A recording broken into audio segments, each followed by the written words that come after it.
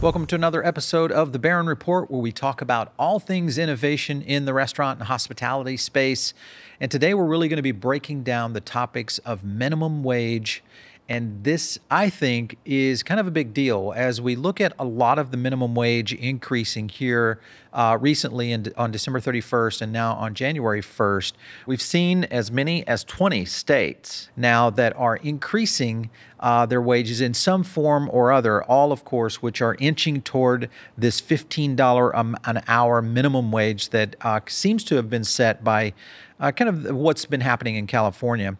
So what I wanted to do was break down 4 of the biggest states out of these 20 that are being affected by the minimum wage, and really kind of give you some insights to how each one of them represents in terms of the overall industry, but also in terms of how the labor aspect will be kind of explained here. So let's look at California first. So $12 an hour for businesses with up to 26 or more employees. That's an $11 an hour for businesses with 25 or fewer employees. With a $1 per year increase. If you look at this, it goes out through 2023, ultimately hitting $15 an hour. That's probably one of the most aggressive. The interesting thing here, of course, California is the largest state in terms of impact in the restaurant industry. $82 billion a year. This coming from the 2016 National Restaurant Association data. $82 billion a year in revenue, 72,000 locations, and over 1.7 million people employed. So this is a pretty interesting approach when you look at how restaurants are going to have to be dealing with a completely different approach toward labor, which has been one of the 3 controllables that the industry faces each year. And I'll break more into that here shortly, but I want to go into the second state, our home state, Florida. Florida is up to $8.46 an hour, up from $8.25 an hour, and also has a $5.44 an hour tipped wage. This is interesting. You have to remember that Florida has kind of slowly moved up since 2009 when the federal minimum wage was raised to $7.25 an hour. Previously of that, Florida was pretty much on par with federal minimum wage all the way back to 2000 when it was $5.15 an hour. So there are, in my opinion, what you've got here with Florida is a little bit more aggressive move toward a minimum wage that eventually could come out in the 2020 proposition that would start the process of moving to a $15 an hour proposal. And I think when you look at Florida as a baseline for the restaurant industry, one, it's a somewhat conservative state, but more importantly, it's a state that is very pro-business. And because it's pro-business, that's why I think Florida could be kind of a battleground in terms of techniques and tactics that the restaurant industry could employ to help reduce their labor cost. Our next state, of course, is, let me kind of follow up here with one point, and that is on Florida. $40 billion in revenue right now, 40,000 locations, and over 1 million people employed in the restaurant and hospitality sector. Again, that's according to the National Restaurant Association's statistics by their state level. Let's move on to New York. And New York is kind of a complex one because it has so many different variables based on company size, but also based on where you are in New York. So $11.10 an hour, and that's the current 2019 hourly rate. $2.90 an hour tipped wage as of December 31st, 2018. New York City's large employers of 11 more now $15 an hour, up from the $11 an hour, and $8.65 for the tipped wage for food service workers, and $15 an hour when you look at fast food workers, which is defined by their kind of this new category of minimum wage that was just set in place. New York also has an interesting program when you look at how they're escalating minimum wage for small employers of 10 or less, $13.50 an hour, up from the $10.50 an hour, and $8 tipped wage for food service workers, $15 for fast food workers as well. So again, this is hitting some of the smaller independent restaurants as well as the big chains. And then if you go into Long Island and Westchester, you're hitting $12 an hour with a $7.50 tipped wage for food service workers and $12.75 for fast food workers. So again, fast food workers kind of portioned out of the state's regulations as it pertains to minimum wage. The remainder of New York State is $11.10 an hour with a $7.50 tipped wage for food service workers and $12.75 for fast food workers. One thing to note here is the annual increase for the rest of the state will continue until the rate hits $15, and also minimum or also $10 an hour for tipped wage. So not too far behind regular minimum wage from the tipped wage category. And in the restaurant business, especially in New York, where you have so many independents and a lot of servers, this could be a major factor to go into this whole trend of no tipping. And that's something that could continue to rise, and definitely potentially a strategy that the New York restaurant operators might continue to deploy.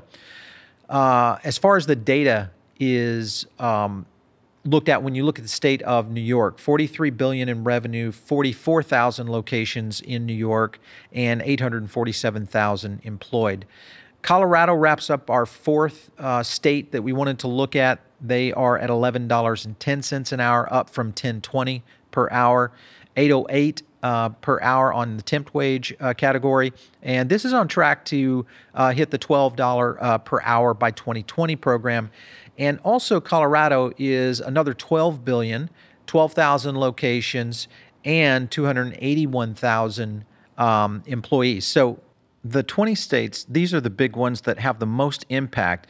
And when you look at the overall 20 states that you are going to see is an impact in over $500 billion in revenue. This is a large sector of the restaurant industry, especially with some of these more progressive states. Obviously, they are the bigger states in terms of total locations. So I do think this is going to continue to be a major, major program. And things that I think will happen from time to time, you kind of see on screen here the breakdown of $500 billion in revenue in 20 states and over 6 million workers. One thing that I think will start to play into this is the strategies and the programs that restaurant operators start to implement to prepare for this shift in really an aggressive minimum wage stance by most of the states, which has not been on par with what's been holding at the federal level, which still is under $8 an hour. So let's look at the analysis. I kind of look at this and wanted to break down a little bit of where I think the restaurant operators could be moving toward to help offset some of these scenarios in terms of minimum wage. So first of all, let's break this down into 4 different categories. One is better hiring at higher rates, but much fewer staff members. Now, what that simply means is that we are dealing with a potential of operators starting to really cherry pick their staff rather than just trying to fill a position. Now they've got a little bit more dollars available there for a minimum wage. And because of that, I think they're going to draw in a unique and new type of employee for the restaurant business, one that will probably be much more efficient and potentially one that has the ability to maybe go into management. I mean, truly upward, upward movement, which I think is really going to kind of change the whole dynamic of the career model of the restaurant industry in itself. The other thing I think that will play into this is they'll be requiring a bit more education. So this is something I think that will obviously kind of cull the herd in terms of people that are showing the kind of initiatives that you would get with some educated individuals for your workforce. And that, I think, is going to be a new category that restaurants will really take a look at. Another aspect is that the staff will become much more diversified in their skill set. So they'll be able to do a lot more things within the operation, have a lot more skill sets, and definitely have a lot more impact on the overall business as a whole. And then the last, of course, is the automation and technology reducing labor costs. And I think this is going to come from a lot of areas.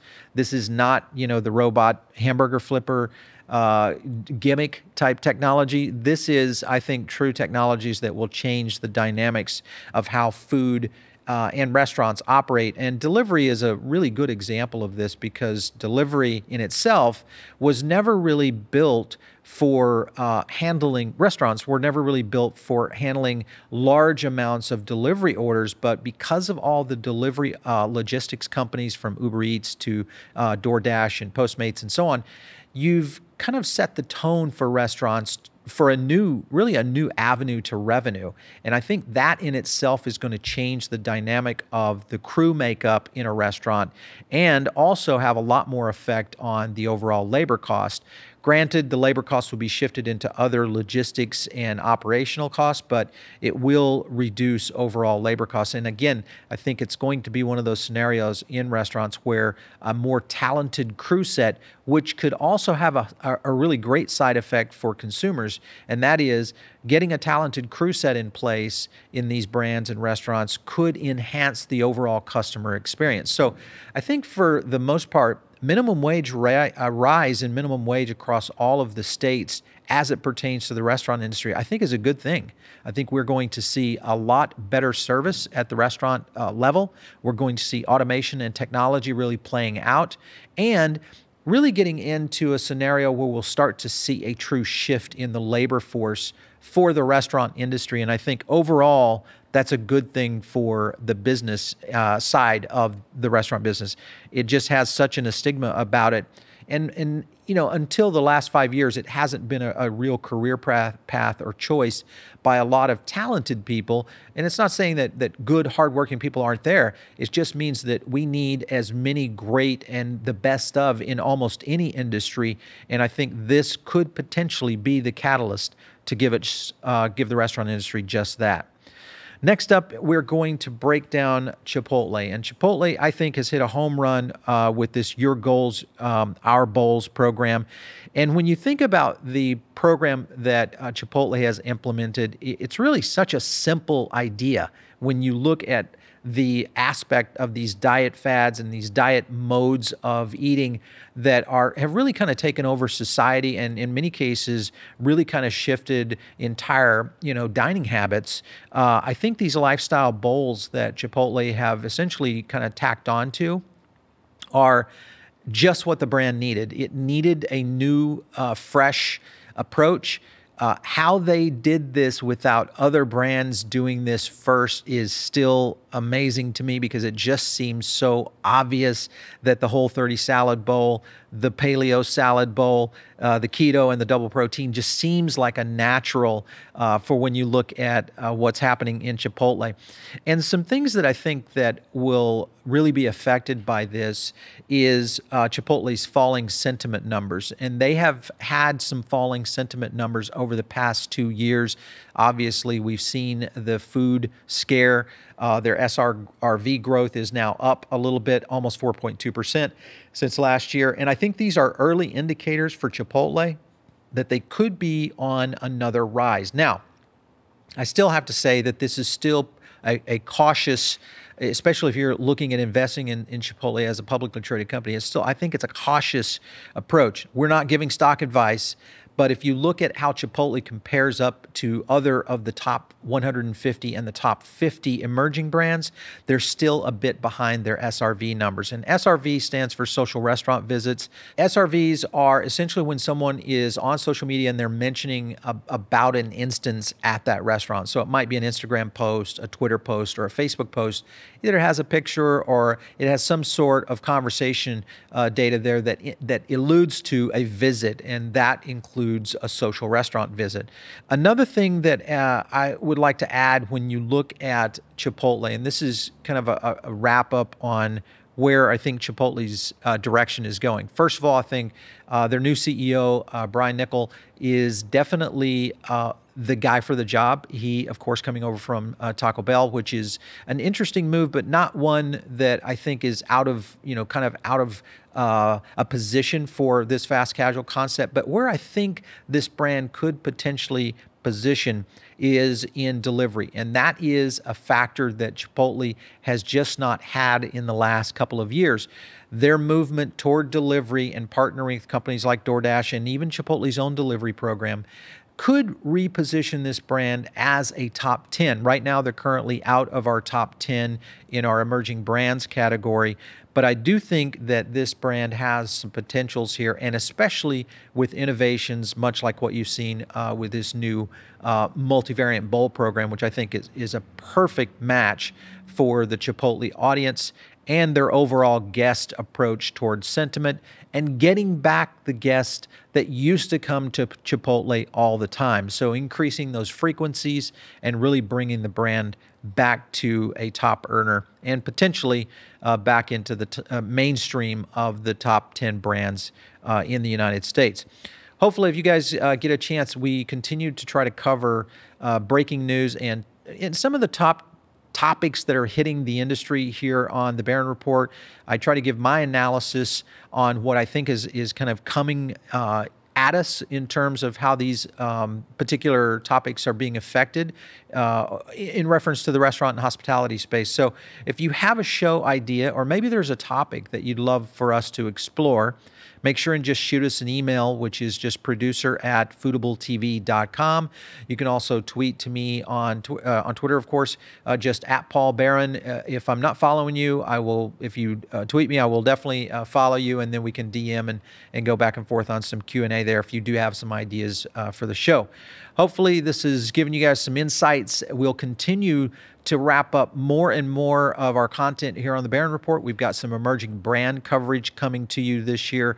We are also doing a ton of breakout data points that will really talk about consumer movement and some of the consumer trends over the coming months, especially as we start to gear up for the top hot seasons in the summer in terms of restaurant sales. Make sure you stay watching right here on the Barron Report. If you've not had a chance, subscribe to the podcast and make sure and give us a star. We thank you for all your support and keep watching right here on the Barron Report.